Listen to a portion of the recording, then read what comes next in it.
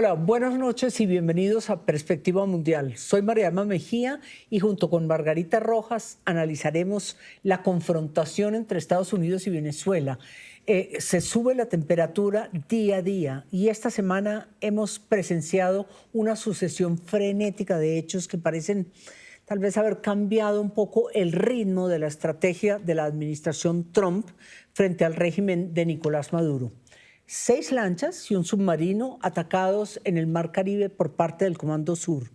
Un reconocimiento poco usual de que hubo luz verde del presidente Trump a la CIA para realizar operaciones encubiertas, intimidación aérea cerca a Maiquetía y versiones periodísticas sobre enfrentamientos de los mismos comandos que ejecutaron a Bin Laden. A Donald Trump se le está acabando la paciencia, Margarita. Sí, María Emma, y para analizar todos estos temas tenemos a Andrés Izarra, periodista, ministro de Comunicación e Información durante el gobierno de Hugo Chávez y ministro de Turismo durante el primer gobierno de Nicolás Maduro, ahora un duro crítico del régimen.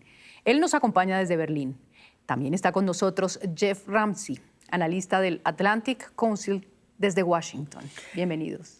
Bueno, gracias por estar aquí y de verdad se subió la temperatura y arrancaría con usted, Andrés Izarra, dándole la bienvenida y saludándolo de nuevo después de tantos años. Esto está tomando un cuerpo diferente y unas acciones que definitivamente nos están llevando a una seria confrontación entre el gobierno de los Estados Unidos y Venezuela. Gracias, María Emma. El placer es mío de estar de nuevo aquí en tu espacio. Mira, sin duda que Nicolás Maduro está enfrentando el mayor reto que ha tenido desde que asumió el poder, ¿no? Es decir, no es poca cosa la fuerza militar desplegada frente a las costas y la amenaza que tiene enfrente, más todo el andamiaje institucional, propagandístico que se está moviendo en torno a él. Es decir, nadie se cree que esto es una operación de interdicción de droga por el nivel del despliegue militar que existe. Sin embargo, tampoco es un nivel, ese despliegue militar no da como para tú invadir un país que es 2 veces Irak, que tiene grupos irregulares, que tiene una fuerza armada consolidada, que tiene unas características que hacen que esa fuerza que está desplegada en el Caribe con la excusa de la droga sea suficiente para avanzar una invasión militar. Yo sigo insistiendo que lo que estamos viendo desplegado en el Caribe es una fuerza básicamente performativa, cuya misión o cuyo objetivo es incidir en la mesa de negociaciones, como suele hacer Trump. Muestra el músculo, muestra la fuerza, pero lo resuelve todo en deals. Ahora, una vez que se retira Grenell como el negociador directo del presidente Trump con Maduro, pasamos a una segunda etapa, una escalada que el presidente Trump mismo ha anunciado y inclusive llegó a prefigurar ataques sobre el territorio venezolano. Vamos a ver si eso va a ocurrir. Pues hay una teoría interesante que estamos leyendo de su publicación de hoy y sobre eso hablaremos más adelante, y es qué está pasando al interior del régimen y se modificó la apuesta del gobierno Trump de la negociación a otra estrategia. Pero antes de eso le quiero preguntar a Jeff Ramsey sobre este anuncio tan sorpresivo o esta aceptación pública tan sorpresiva de que hay luz verde para operaciones encubiertas de la CIA, con lo cual pues ya no son tan encubiertas. Entonces, ¿por qué se revela algo que es información clasificada? ¿Hay una intención más bien de hacer presión más que otra cosa? Sí, bueno, primero, muchas gracias por recibirme y creo que acabas de apuntar hacia el dilema aquí, ¿no? Obviamente hay un fuerte componente psicológico en esta operación y eso tiene que ver con el señalamiento que estamos viendo desde Washington. La realidad es que la CIA ha estado activa en Venezuela durante años. Lo único nuevo aquí es que el presidente Trump lo está reconociendo, ¿no? Yo creo que las operaciones encubiertas, tal como acabas de decir, no son precisamente encubiertas cuando son difundidas públicamente por el presidente estadounidense. Yo opino, de hecho, estoy de acuerdo con el señor Izarra en que no estamos ante una invasión, sino ante una fuerte operación de señalamiento. Lo que quiere Estados Unidos, lo que quiere el presidente Trump, es que este despliegue sirva como una señal para disidentes dentro de las Fuerzas Armadas venezolanas para que ellos mismos se alcen contra Maduro. El gran problema con esa estrategia es que no hemos visto que esta estrategia dé frutos en 25 años de intentos. Vemos al propio presidente Trump.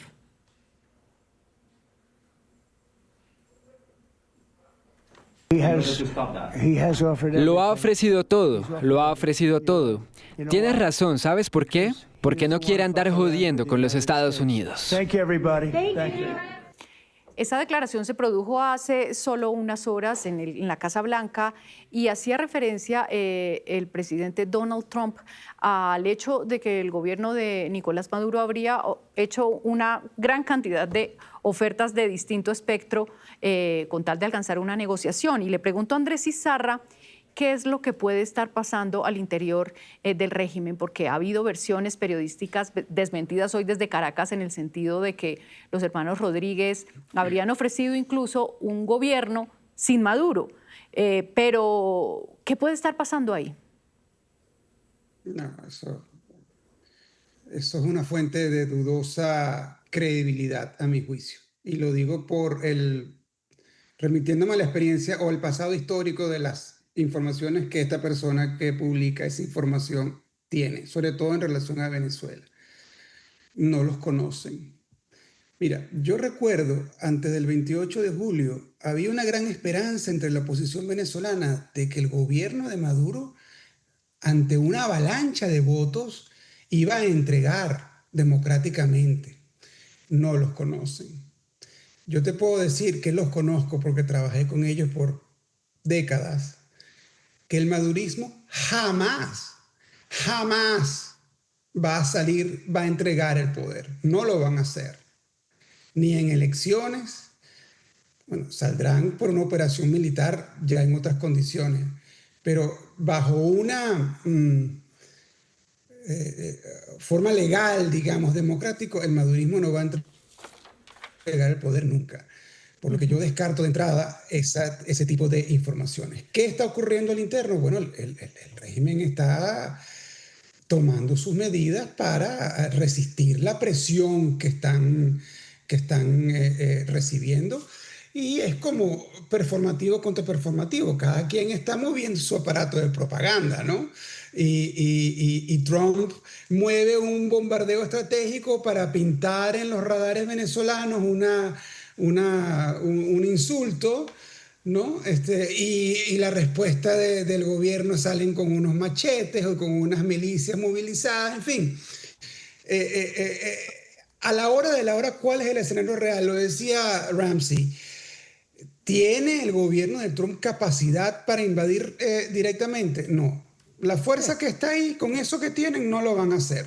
Ni siquiera la operación Causa Justa, la que se llevó a Noriega, tuvo al menos el triple de hombres desplegados para hacerlo en un país que es 12 veces más pequeño que Venezuela, que tiene 10 veces menos población que Venezuela, y que fue básicamente una operación contra el barrio de Chorrillos de Panamá y desarmar la Guardia Nacional o la Guardia de Noriega, una operación limpia. Andrés, es el caso venezolano. Si uno quiere profundizar en cómo es ese organigrama, llamémoslo los Rodríguez, obviamente el ministro de Defensa, Diosdado, ¿cómo es ese organigrama y cómo ese organigrama parece comenzando a fraccionarse? Puede que no sea lo del Herald Tribune, que suena medio absurdo, pero No, ¿cómo María Emma, empieza a olvídate de fraccionarse? eso. No, María Emma, olvídate No de hay. eso. Ese grupo no está fraccionado. Ese grupo está cohesionado, así sea por razones tácticas. Porque ellos saben que si se dividen, pueden perder hasta la vida. Ese grupo no está fraccionado. Tienen los roces o las rencillas propias de una dinámica de gobierno y de coordinación entre grupos humanos, pero no, eso es un grupo que no está fraccionado, olvídate de eso, eso no va a ocurrir. La costra madurista que ellos llaman son básicamente Maduro y su esposa, los hermanos Rodríguez, Padrino López y Diosdado Cabello. Ese es el foco del poder, cada uno de ellos con sus satélites operando y con sus espacios de poder en el cual entra todo tipo de factores económicos, políticos, relaciones, en fin, ¿no? Pero esa es la costra madurista que tiene secuestrado al país en este momento. Pero yo no veo, como bien decía Ramsey, un escenario, ni siquiera ponte que Maduro, que Machado y Trump logren sublevar la mitad de la Fuerza Armada Nacional Bolivariana en contra de la otra mitad. Ni en ese escenario es posible, porque ¿dónde se resume si eso ocurre? ¿Dónde se van a enfrentar? Tienen que tomar el poder central, donde está la base de el asiento institucional de Venezuela. ¿Tú te imaginas un enfrentamiento armado entre dos grupos militares en el Valle de Caracas? Bueno, Mogadishu es peanuts al lado de lo que vamos a ver o de lo que podría ocurrir. Eso no va a pasar. Pero entonces, para volver a esa hipótesis de si lo que se está tratando es de alentar un levantamiento, digamos, militar de una parte de la Fuerza Armada, le pregunto a Geoff, ¿hacia dónde entonces puede conducir esto? ¿Están empujando una implosión interna que, según Andrés Izarra, pues tampoco conducirá a ningún lado? Y una oposición que aparentemente tampoco pareciera estar coordinada. Bueno, sí, yo creo que estamos ante tres escenarios distintos, ¿no? El primer escenario es el escenario de la transición mágica que todos queremos. Es decir, una combinación de manifestaciones y de pronto un alzamiento militar terminarían con una transición, es decir, un cambio de gobierno, tal como acabamos de establecer. Yo creo que es un escenario bastante improbable, dado la cohesión del régimen y dado la influencia de la contrainteligencia. Maduro es muy malo gobernando, pero si es bueno en algo es en garantizar la lealtad del alto mando y en reprimir cualquier intento de un golpe de Estado, ¿no? Creo que el segundo escenario es la posibilidad de una escalada militar. Ese escenario existe. Creo que podríamos ver, y seguramente los planificadores del Pentágono aquí en Washington están analizando la posibilidad de ataques misilísticos en territorio venezolano. Ahí el gran problema es que Venezuela todavía tiene un sistema de defensa antiaérea y cualquier ataque en territorio venezolano tendría que primero neutralizar ese sistema. Eso implicaría hostilidades directas entre las Fuerzas Armadas estadounidenses y las fuerzas venezolanas.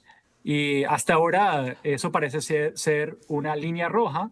Vimos justo el mes pasado cuando dos F-16 sobrevolaron un destructor estadounidense en el Mar Caribe y no fueron atacados por ese destructor. Por ahora, Estados Unidos parece que está evitando hostilidades directas con las fuerzas venezolanas porque saben que eso podría terminar destabilizando el país entero y de pronto en un conflicto interno armado. El tercer escenario es quizás el más complicado, pero yo creo que es lo más viable en este momento y es volver a la diplomacia, volver a la mesa de negociación y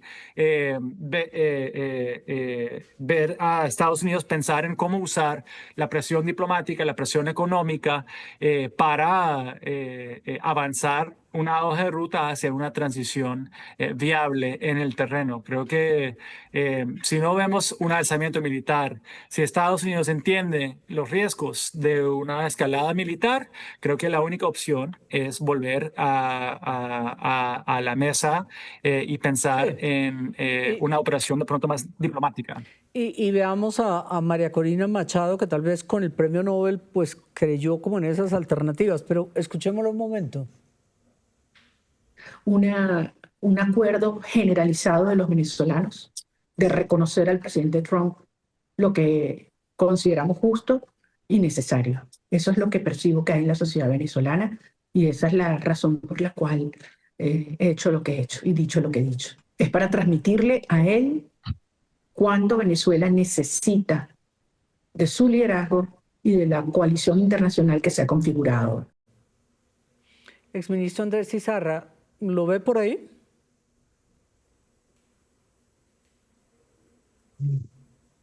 Mira, yo creo que María Corina Machado tiene un gran mérito, que es haber no solamente puesto el tema de Venezuela en la palestra de los problemas mundiales, sino en haber avanzado la iniciativa política que más claramente ha desnudado la farsa que es el gobierno de Maduro.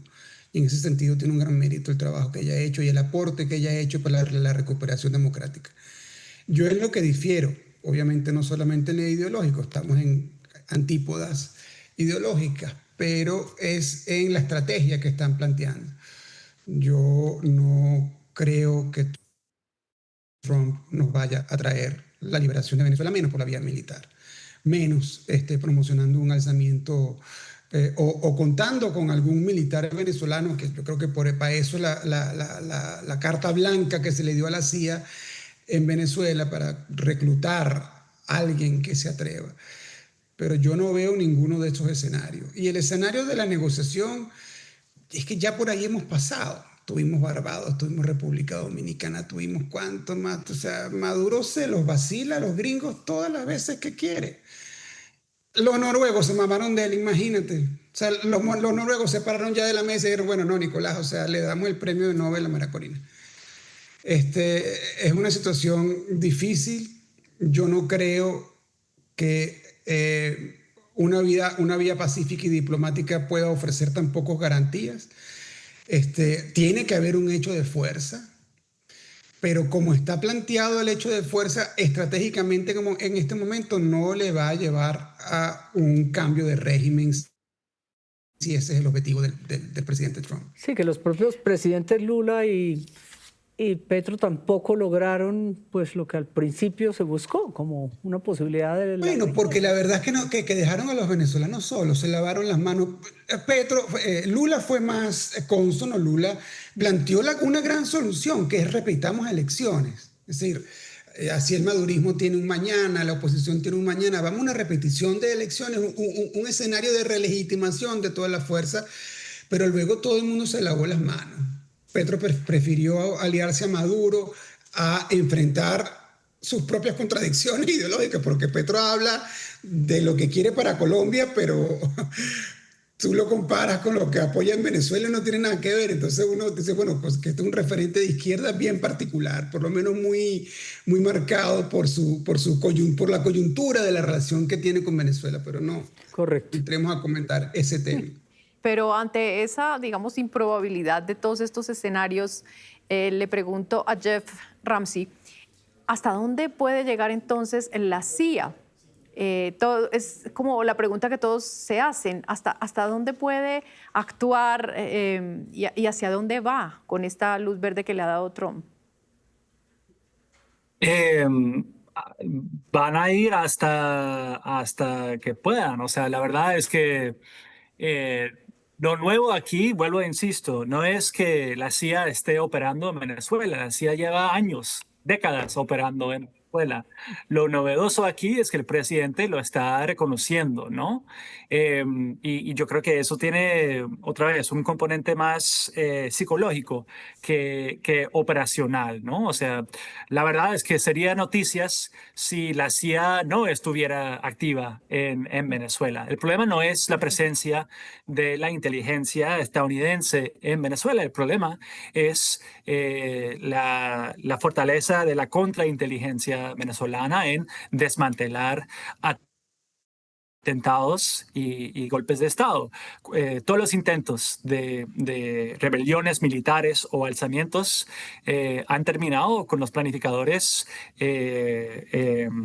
detenidos, torturados o muertos en algunos casos, ¿no? Entonces, creo que pensar que la actuación de la CIA va a traer una solución mágica en Venezuela, para mí eso es una fantasía. Bueno, díganoslo usted a nosotros que lo conocemos hace años desde aquí de Colombia, pero Jeff, el papel de Marco Rubio, le quería preguntar a los dos. Cada vez gana más protagonismo, se lo dio el presidente en las negociaciones de Oriente Medio, se lo dio hoy en la reunión que tuvo, bueno, ayer en la conversación telefónica con Putin y hoy en la reunión con Zelensky. ¿Lo tiene también aquí? ¿Este es su escenario de logro? Sí, yo creo que es interesante como Rubio ha ganado títulos en esta administración. Ahora no es solamente el secretario de Estado, sino también es asesor de seguridad nacional de Trump. Pero mientras ha ganado responsabilidades, no necesariamente ha aumentado su influencia en la administración. Hemos visto cómo en Ucrania y Rusia, en el Medio Oriente y en Asia, cómo al nivel operativo la diplomacia estadounidense está siendo avanzado por representantes especiales. Por ejemplo, en Rusia, Estados Unidos está más bien representado por el representante especial Stephen Witkoff.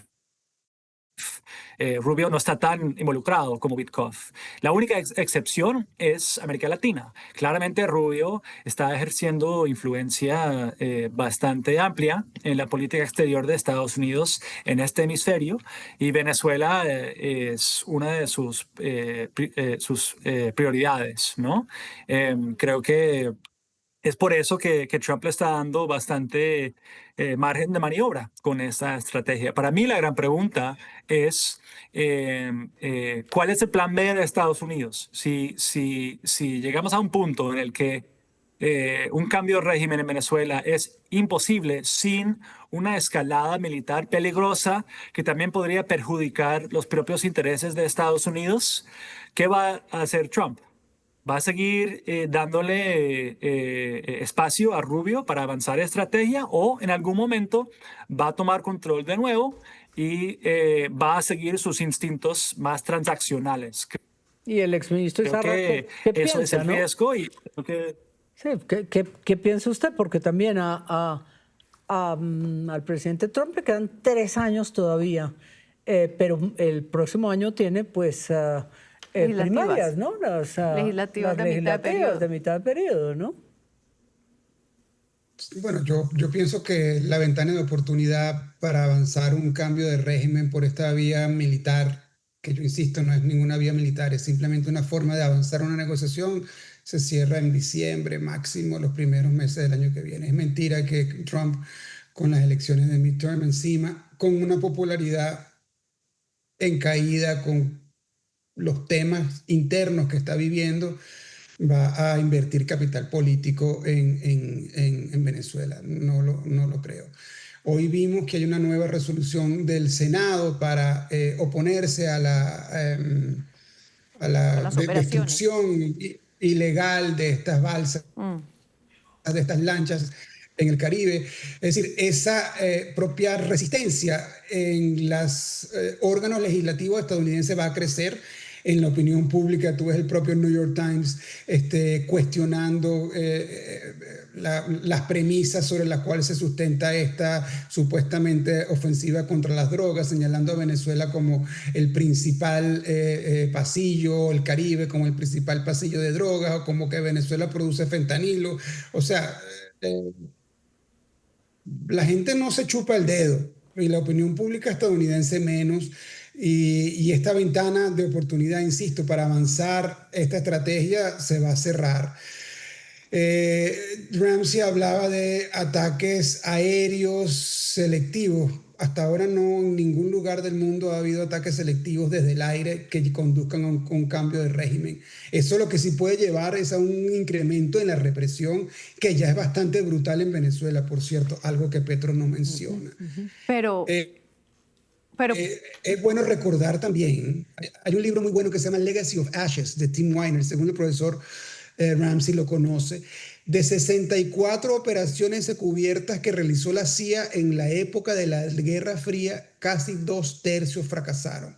Claro, triunfó en Guatemala con Árbenz, triunfó en Chile con Allende, pero eso no es la regla de lo que ha sido la actuación de la CIA en sus intentos de cambio de régimen en la historia. Pero ¿puede Donald Trump permitirse una derrota, un fracaso en esto que ha emprendido, y lo cual ya está bastante involucrado, digamos, en términos de comprometer capital político? Es mi pregunta para el señor Ramsey. Donald Trump ya puede declarar victoria, ya voló las lanchitas, puede decir que ya no hay lanchas circulando por el Caribe y retirar sus barquitos. Para él no hay problema en declarar victoria a estas alturas. Sí, yo creo que ya podríamos estar viéndolo. O sea, yo creo que Trump ya está diciendo que ya no están pasando lanchas de drogas por el Caribe. Creo que no sería tan complicado para el presidente Trump simplemente declarar la victoria y lavar las manos. Con eso, lamentablemente, tengo un compromiso y voy a tener que retirarme, pero quiero agradecerles por esta invitación. Soy muy fan de este programa y muchas gracias a ustedes y al señor Izarra por esta oportunidad de hablar con ustedes. Pues gracias, ya no lo había usted anunciado que tenía que irse este viernes en la noche, pero mil gracias por acompañarnos, Jeff Ramsey, aquí en Perspectiva Mundial, y nos quedamos con nuestro invitado, el exministro Izarra, para terminar estos minutos de nuestro programa. Y retomamos precisamente con aquello que ustedes mencionan, que es el presidente Trump ya declarando cierta parte de victoria, cuando hablaba de la opción de pasar a una fase terrestre, pero dando ya por victoriosos los ejercicios a nivel marítimo. Escuchemos. ¿Cuál es el próximo paso en esta guerra contra la droga? ¿Están considerando ataques en tierra? Bueno, no lo diré exactamente, pero ciertamente estamos considerando hacerlo en tierra, porque por mar va muy bien, bajo control. Y desde hace un par de días no hay botes que no sean detectados. Y esa es una buena cosa. Quería preguntarle, exministro Izarra, esas épocas, dijéramos, del chavismo y el paso a Nicolás Maduro, ¿hay grandes diferencias? A usted que le tocaron ambos mandatos, No, bueno, a su padre también. María Irma, por ¿Hay favor. grandes diferencias? No, quiero preguntarle un poco cómo es esa... Nosotros es no decir, nos seguimos conocimos en hablando de Caracas nunca, chavismo, ¿verdad? ¿no? Todavía. No, pero no, nada que ver, María Emma, por favor. Nosotros no nos conocimos en Caracas nunca personalmente, ¿verdad? No, yo creo que yo conocía a la que te siguió a ti. A María Ángela Olguín, sí. Ajá, muy inteligente. No tiene nada que ver, por favor.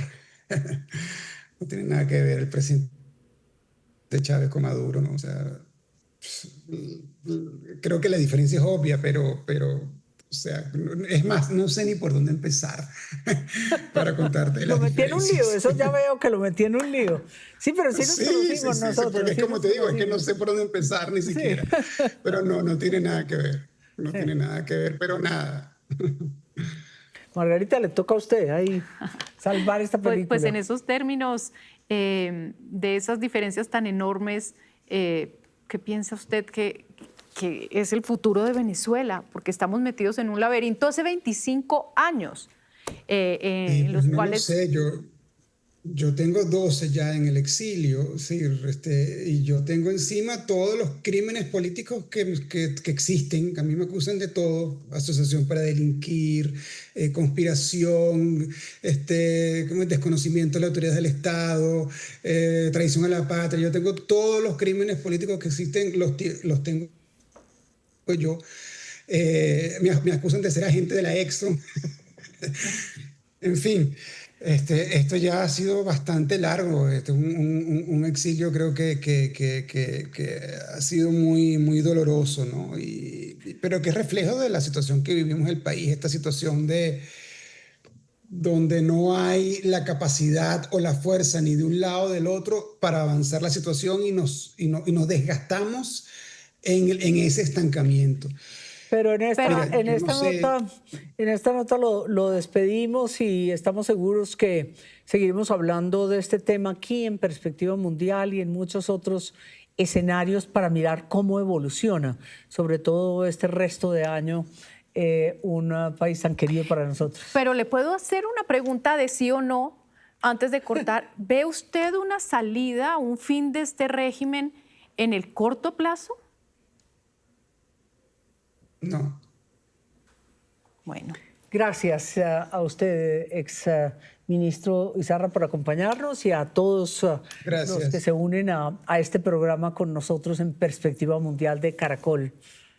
A ustedes, gracias por acompañarnos, y como saben, nuestra cita semanal todos los viernes a las 8 de la noche con los temas que están en el tablero, en la mesa y en la agenda internacional. Así será.